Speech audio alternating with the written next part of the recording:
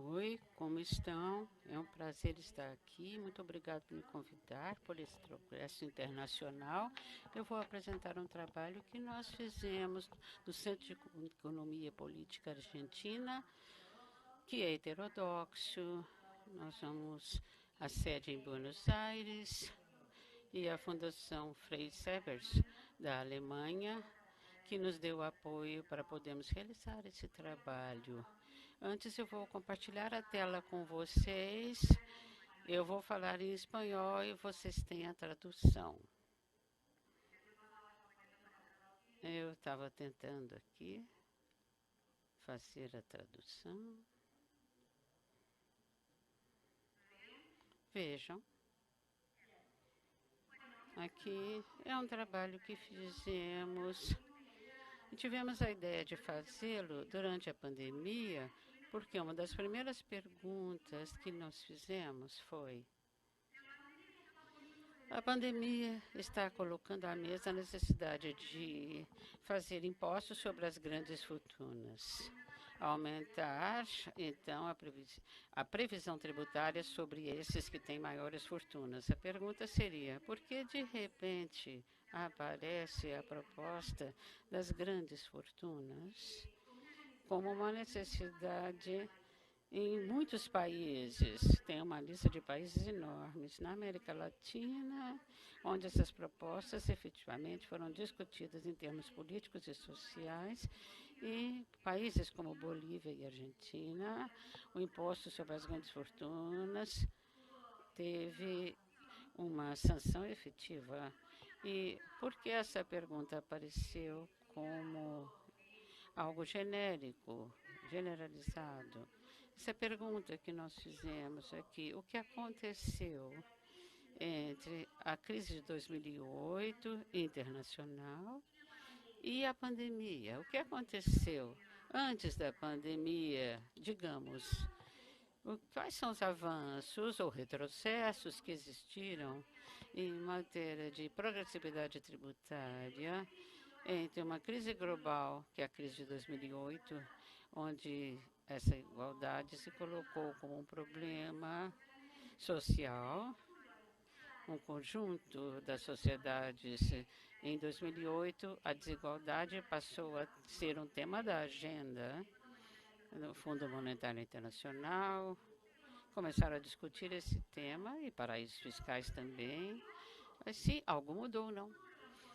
Uma transformação nas estruturas tributárias houve nos países que vemos nesse fórum, ou não houve nenhuma mudança? Precisamente tivemos uma inércia na transformação das estruturas, até que veio a pandemia e nos pôs de novo com cara a cara, a necessidade de transformar essa estrutura tributária. Aqui fica a pergunta: digamos, nós temos que ver agora, a partir de 2008 até 2019, o que aconteceu? Vamos ter alguns atos que demonstram o que aconteceu em 2020 com relação às grandes fortunas. Assim, para resumir um pouquinho o objetivo desse trabalho, concentramos num conceito que seria a progressividade tributária e também os avanços, os retrocessos, exemplos de países na América Latina e também na América do Norte, Europa. Vimos os Estados Unidos, América do Sul, Argentina, Brasil, Chile, Uruguai. E também vemos o caso da Europa: França, Itália, Espanha, Alemanha, Reino Unido e Dinamarca também. Assim,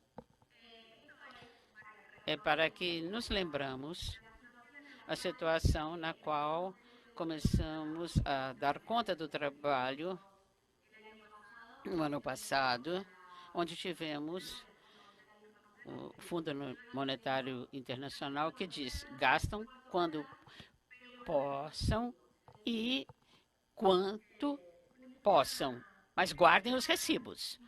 Então, uma clara motivação, inspiração, digamos, para que todos gastem. Mas aí caía-se as entradas, caíam-se as arrecadações. E se vocês me permitem dizer, no campo da Argentina, num contexto argentino, essa se encontrava em default. Então, teríamos fechado o processo do mercado e nós tínhamos dívida em dólares.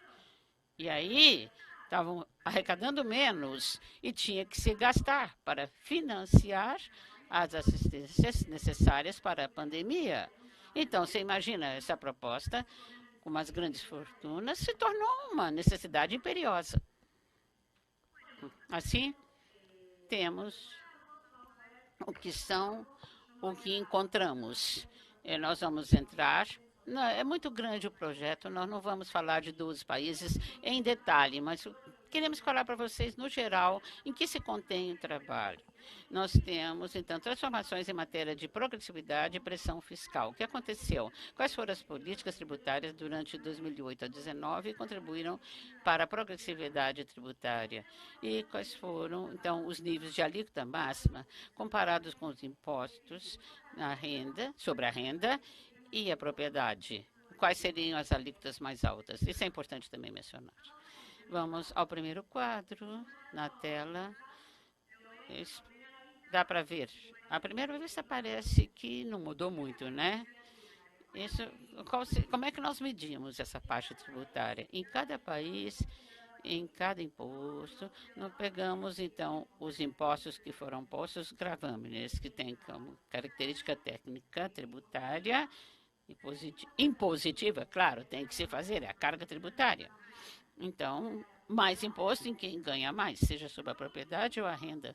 Não incluímos aqui os impostos da assistência social, porque não se encaixa. E pusemos como regressivo, e está muito claro, pelo padrão que nós vamos repetir, os impostos colocados ao consumo por igual. E aí, o que se fica? No primeiro grupo, países como esses três primeiros, Dinamarca, França e Alemanha, em 2019, como estava essa economia. No caso da Dinamarca, 68,7% da arrecadação baseada em impostos progressivos. Digamos que se cobra mais do em França, quase 60%, e Alemanha, 53,9%. Estou mencionando só esses três. Espanha, por exemplo, não está muito longe disso, né? Então, dizemos que França e Dinamarca são os mais importantes. Coloquemos. Essa progressividade, na realidade, parece ser uma característica da estrutura tributária suportada durante esse lapso de 2018, 2019.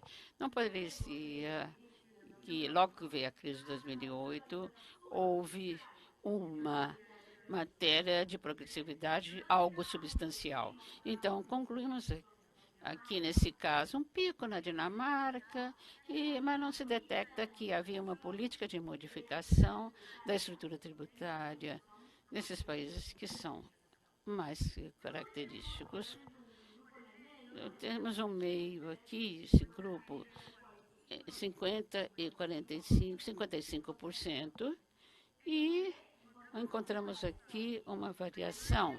A Alemanha, que teria, então, desculpe, voltando, a Alemanha está aqui, nessa linha azul.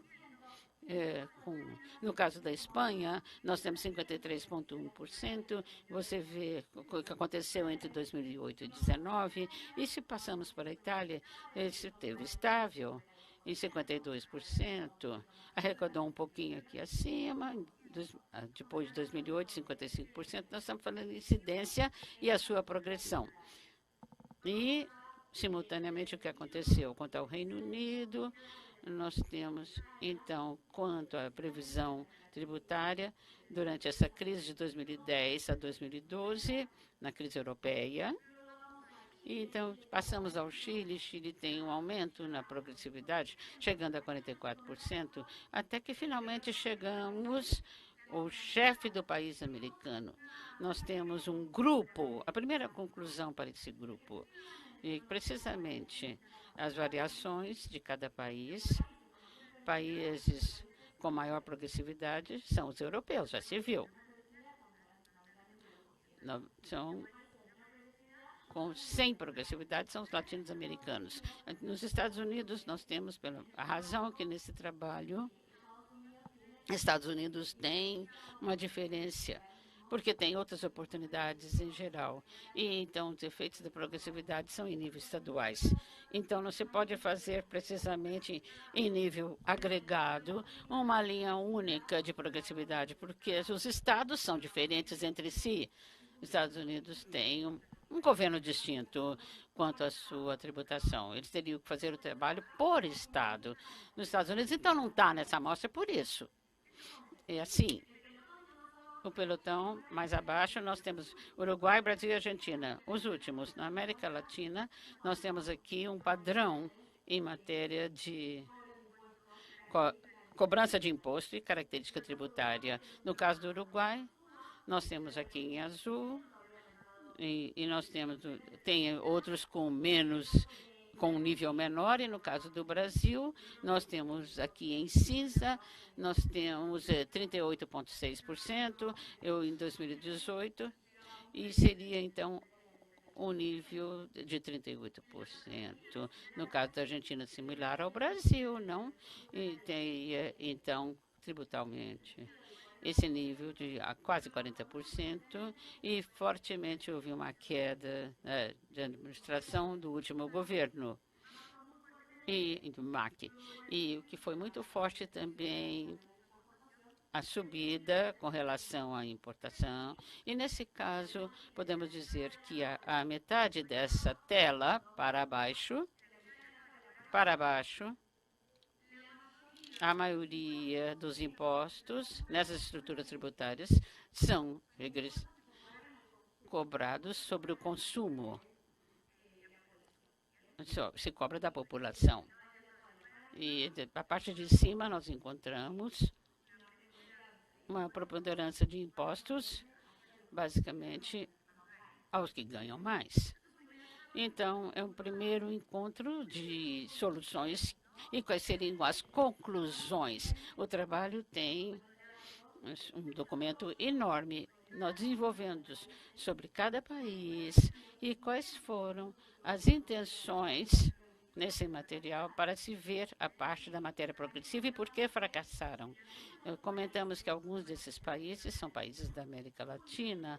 A intenção de ter uma tributação progressiva, no caso do Brasil, temos algumas propostas também, no governos anteriores quanto às grandes fortunas, mas elas não prosperaram. No caso da Argentina também não. Houve discussões sobre isso, taxar mais fortemente as propriedades, digamos, imóveis, etc., mas também fracassou. É um parêntese, é um direito da instituição. E, no caso, nós queremos, de uma maneira mais flexível, ver o que significa caracterização impositiva, quer dizer, o que é a característica dos tributos, que eu quero dizer, termina funcionando de maneira de imposto de caráteres progressivos, porque caem sobre produtos da população que ganha mais, que tem, inclusive, entradas em dólares. Então, incluímos nesse documento quanto imposto que se considera progressivo. No caso da Argentina, nós fazemos, por exemplo, direitos à importação e exportação. E temos também uma estrutura tributária, onde nós temos na tela, eu não vou falar sobre cada uma, mas nós vemos nessa última barra o consumo, a diminuição dos impostos sobre o patrimônio, sobre as entradas e receitas que aconteceu na Argentina. E nós temos aqui o direito de exportação, que está indicado aqui em amarelo, e o comércio exterior, e o que interessa com relação ao consumo são praticamente a metade da arrecadação. E os outros 20% seria assistência social, e, de qualquer maneira, tem que ser contabilizada já na progressiva tributária, e outros impostos, 1%. Assim, seria a estrutura tributária no último resultado que tivemos, e nessa linha de pontilhada, nós temos a progressiva. No caso do Brasil, nós também a preponderância aqui dos impostos do consumo e a importância, nesse caso, 22% quanto às entradas, e nós vemos a parte do patrimônio. Passemos para a Espanha, outro exemplo. E aí nós temos, por exemplo, uma quanto à parte de entradas, nós temos um consumo aqui, mas você vê com o imposto de renda tem outra participação nesse tipo de economia. E passamos para a Itália, de novo, o imposto de renda tem outro nível de participação.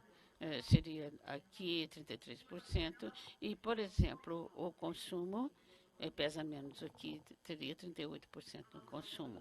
Vamos ao Reino Unido, nós temos 34% nessa parte de entradas ou ingressos, então, quanto à parte patrimonial, laranja, e a parte do consumo em verde. Na Casa de Dinamarca, é forte a participação dos impostos sobre os ganhos, e nós estamos falando, obviamente, imposto progressivo, então, claro. E assim, há uma participação de 4%, quanto ao imposto sobre a propriedade, 30% sobre o consumo. Então, estrutura tributária com outra divisão. E no caso da Alemanha, nós temos 31% quanto às entradas ou ganhos. Então, nós temos aqui, de maneira países mais tradicionais. A França, por exemplo, nós temos a divisão mais significativa quanto aos impostos. E essa é uma pequena amostra, um exemplo pequeno, que não faz justiça ao conjunto do trabalho, mas eu gostaria de mostrar para vocês o comportamento desses países, por isso os fiz. E o que nós temos aqui, que não houve muita variação tributária. Nós começamos a responder a uma das perguntas que sempre fizemos no início do nosso trabalho, se efetivamente a crise de 2008 transformou a sociedade tributária de maneira radical, e dizemos que isso não ocorreu. Nós vimos uma situação que continuamos lutando. Nós temos, no caso da América Latina, por exemplo, nós temos baixa progressividade, houve modificações de progressividade de origem. E assim temos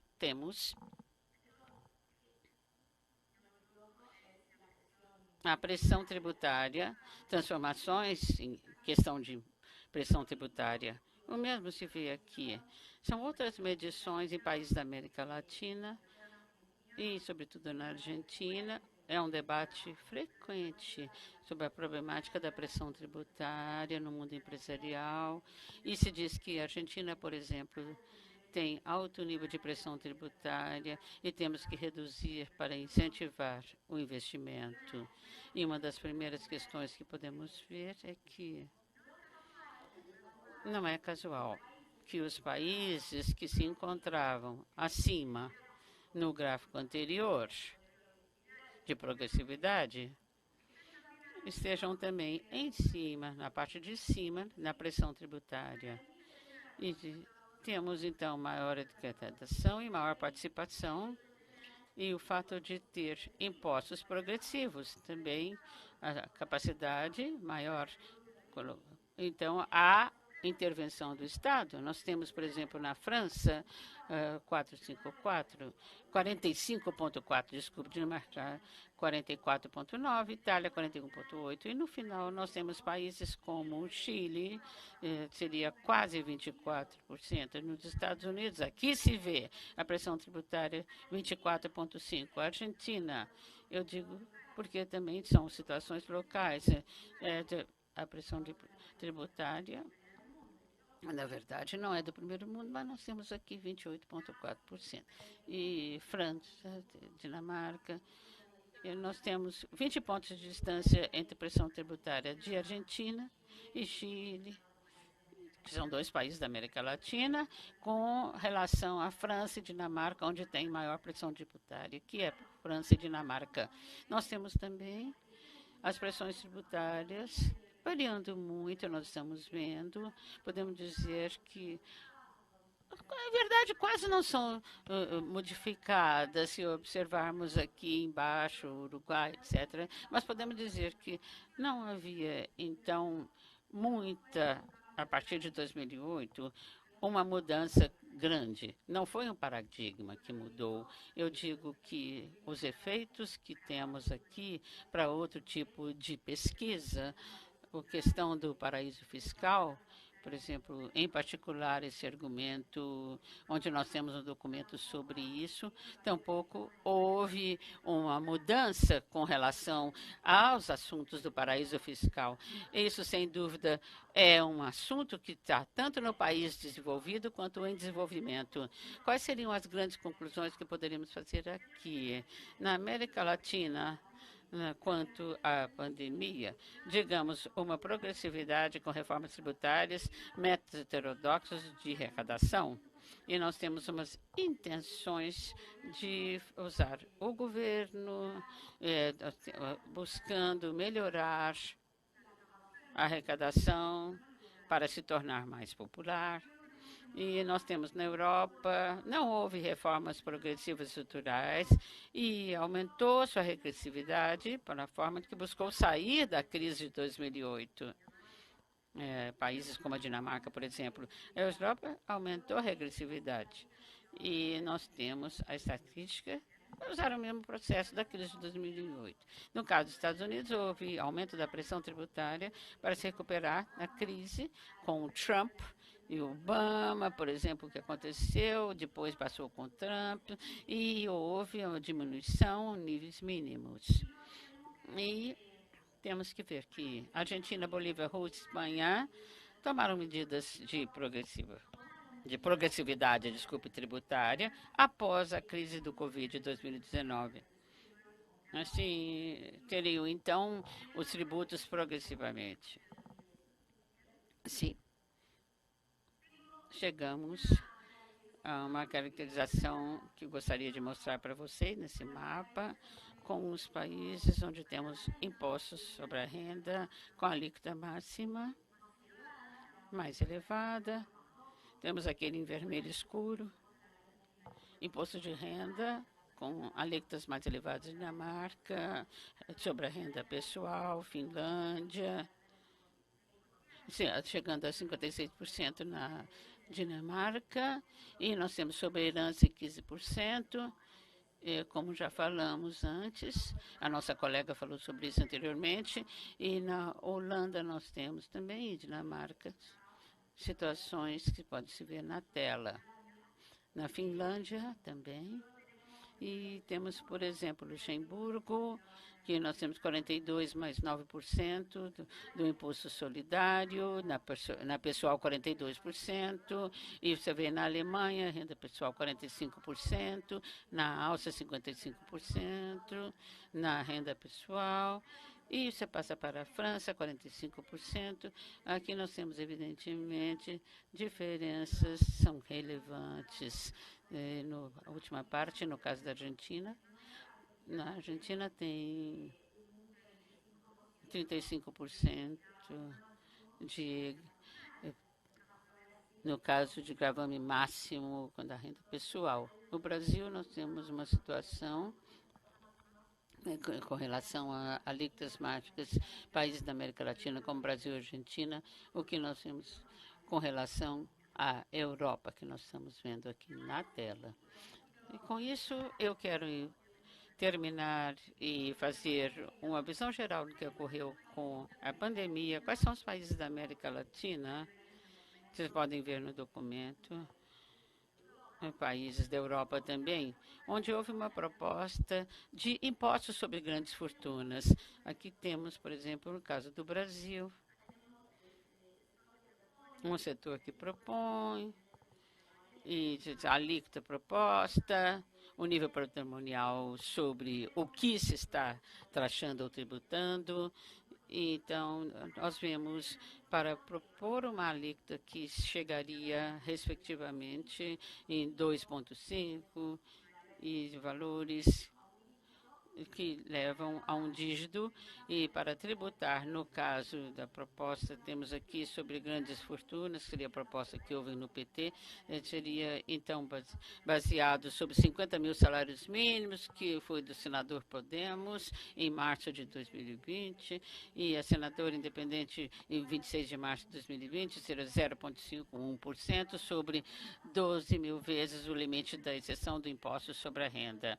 Então, ainda se está fazendo discussões disso no Senado durante a pandemia. No caso do Peru, nós temos um novo Peru desde abril de 2020, nós temos a alíquota proposta de 1%, e então, a partir de 1 milhão de soles, então, nós temos, então, seria, no caso, na, um congresso em 2020 que com mais propostas.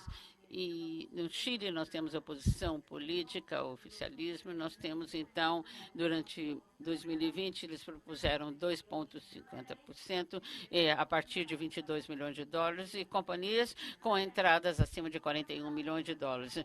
Isso foi aprovado pela Câmara dos Deputados, pela comissão, mas ainda não está sendo colocado. E o oficialismo na Argentina, por exemplo, nós vemos, foi aprovação, e nós temos que implantar uma alíquota a 2,25%. Esses níveis de fortunas, de patrimônios estão colocados acima de 200 milhões de pesos até 3 milhões de pesos. Então, nós temos aqui uma lei que já está regulamentada em 29 de janeiro de 2021. E o objetivo seria, então, usar esses tributos para a política sanitária, para a educação, e também seria, então, para os gastos gerais do governo também. No caso, para 2020, foi aprovado também na Bolívia, desde dezembro de 2020, 1,4% com 30 milhões de bolivianos, 1,9% 40 milhões de bolivianos, 2,4% 50 milhões de bolivianos. A lei que está implantada já efetiva desde 28 de dezembro de 2020. Então, eu tive aqui a oportunidade de apresentar para vocês. Eu gostaria de acelerar 10% a informação colocada, e já vou terminando por aqui. Meu tempo já passou. Essa discussão tributária é para os estados associarem-se em nível de arrecadação mais elevados, fazendo tributos mais altos quando isso acontece, mas eu acho que na pandemia 19, 20 e 21, já estamos em 3 anos nisso, seria colocado sobre a mesa um problema como temática central. Então, agradeço vocês pelo convite e fico aqui para consultas ou pedidos de informação às ordens.